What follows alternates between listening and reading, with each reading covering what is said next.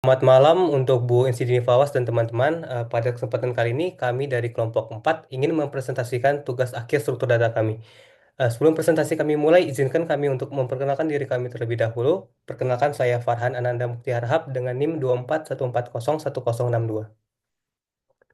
Perkenalkan juga nama saya adalah Ferdinand dengan NIM 2414011080. Perkenalkan, nama saya Jonali Benasaran Simamora dengan NIM 241044074. Perkenalkan, nama saya Umri Marsyifa dengan NIM 2414011029. Perkenalkan, nama saya Ledevira Subiantoro dengan NIM 2414011032. Oke, dengan ini presentasi kami mulai. Berikut kami akan menampilkan graphical user interface kami dari program yang kami buat. Di sini kami akan ada suatu inputan box di mana kita akan input kota asal, kota tujuan, biaya, dan nanti kita akan menampilkan daftar kota relasi, cari jalur kota terpendek, dan akan menampilkan hasil dan total biayanya. Sebagai contoh, misalnya kita ingin menginput satu kota Medan dengan tujuannya Brastagi dengan kita kasih bobot 3. Sini karena dia grafik bolak-balik, jadi kita akan Brastagi Medan dan Medan Brastagi. Dan di sini kami sorting berdasarkan huruf alfabetis yang nanti akan dijelaskan oleh teman saya. Lalu di sini bisa kita tambah lagi beras lagi C dan bobot 5. Lalu kita akan tambah lagi.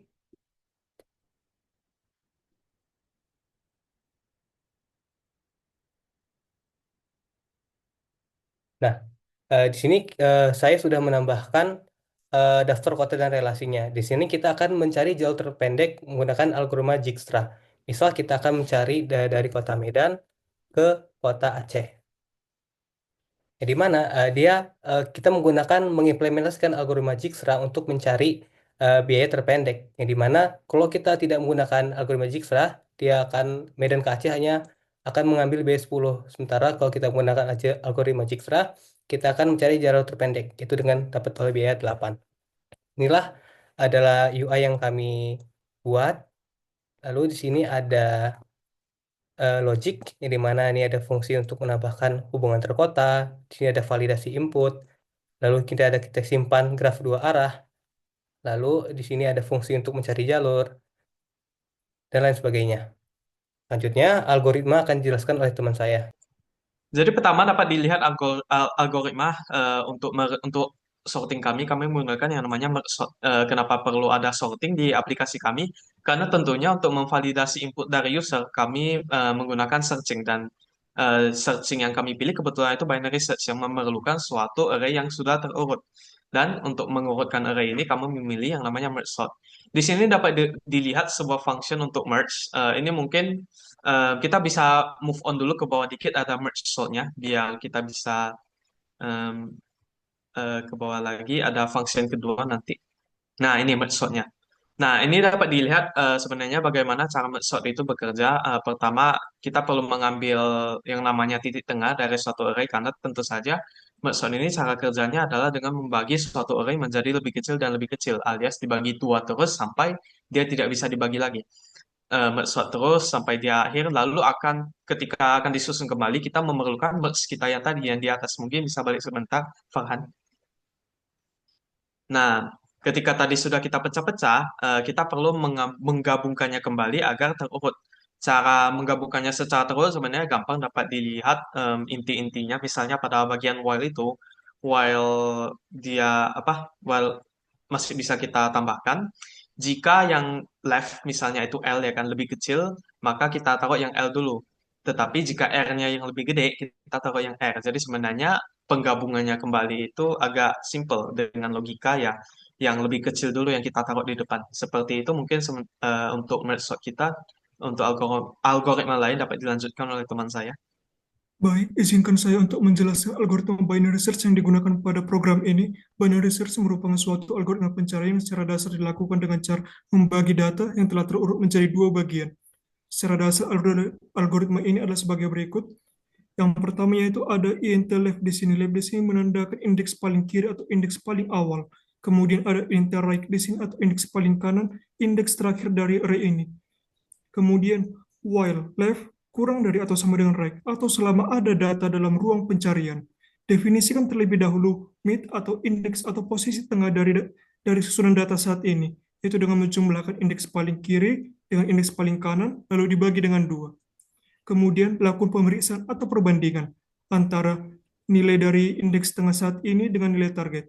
Jika hasilnya sama, kembalikan indeks tengah saat ini. Tapi jika hasilnya berbeda, kemudian lakukan pemeriksaan berikut kembali. Jika nilai dari indeks tengah lebih kecil daripada target, ini menandakan bahwa di bagian, maaf saya ulangi, jika indeks tengah saat ini lebih kecil daripada target, definisikan left untuk selanjutnya dengan indeks posisi tengah saat ini ditambah dengan 1. Sebaliknya, jika lebih besar daripada target, definisikan right dengan indeks tengah saat ini dikurangi dengan 1. Ini menandakan jika lebih kecil dari, maaf, jika target lebih besar daripada nilai tengah. Hal ini menandakan di posisi kiri nanti sudah pasti nilainya lebih kecil, sehingga dieliminasi saja. Pencarian berikutnya dialihkan ke posisi kanan. Kemudian, jika target lebih kecil daripada nilai tengah, ini menandakan bagian kanan nantinya itu pasti sudah jadi lebih besar, sehingga dieliminasi saja dan pencarian dialihkan ke posisi kiri yang tersisa. Kemudian setelah ini kembalikan -1 untuk menandakan fungsi ini telah berakhir. Oke, akan dilanjutkan ke algoritma Dijkstra. Baik, pada bagian awal fungsi ini, kami menggunakan priority queue, yang dimana dia tuh berfungsi sebagai antrian untuk selalu memprioritaskan lokasi dengan jarak tempuh yang terkecil. Nah, selain itu, ada 2 tabel penting yang kami buat menggunakan unordered map. Yang pertama adalah tabel dis untuk menyimpan catatan jarak terpendek yang ditemukan. Dan yang kedua adalah tabel priv, yaitu untuk merekam jejak asal setiap titiknya. Di awal itu semua lokasi kita itu diberi nilai jarak tak terhingga atau infinity. Nah, kecuali titik awal yang kita beri nilai 0. Hal ini dilakukan sebagai standar agar setiap kali program tersebut menemukan rute yang baru, dia bisa membandingkannya dan hanya menyimpan rute yang benar-benar lebih pendek ke dalam memori. Selanjutnya akan dijelaskan oleh rekan saya. Di situ ada maksudnya, jadi kalau misalnya jarak ke kota tujuan itu masih nggak hingga, berarti itu nggak ada jalur yang menghubungkan kota awal ke kota tujuannya. Jadi nanti dia bakalan nampilin jalurnya nggak ditemukan. Tuh. Terus selanjutnya ada perulangan itu maksudnya string at itu mulai dari kota tujuan sampai ke perulangannya berhenti. Jadi nggak ada kota lagi. Itu ngecek apakah kota ini tuh punya kota sebelumnya enggak gitu. Jadi ini kota tujuan dulu, terus dia ngecek kota sebelum-sebelumnya ada enggak gitu. Kalau enggak ada, baru perulangannya berhenti. Nah, tadi kan kota yang dilewati tadi itu kan urutannya masih terbalik. Jadi kita butuh reverse pad begin pad end itu untuk balikkan urutan jalurnya. Habis itu di bagian perulangan selanjutnya itu digunakan untuk baca satu persatu kota tadi yang ada di dalam pad. Kan tadi kita masukkan ke pad ya. Baru ini nanti kita untuk bacanya itu pakai perulangan ini. Terus di situ ada if pad size itu. Jadi kalau misalnya kotanya itu nggak kota terakhir, itu dia nambahin panah gitu. Jadi kota ini panah sampai dia kota terakhir baru dia nggak nambahin panah. Jadi nanti itulah jalur pendek baru itu kayak misalnya tadi kan jalur tujuannya tuh Aceh, baru kota awalnya tuh Medan. Jadi nanti Aceh terus lagi Medan itu kayak tanda panah. Baru sama total biayanya berapa. Oke, saya kembalikan ke moderator.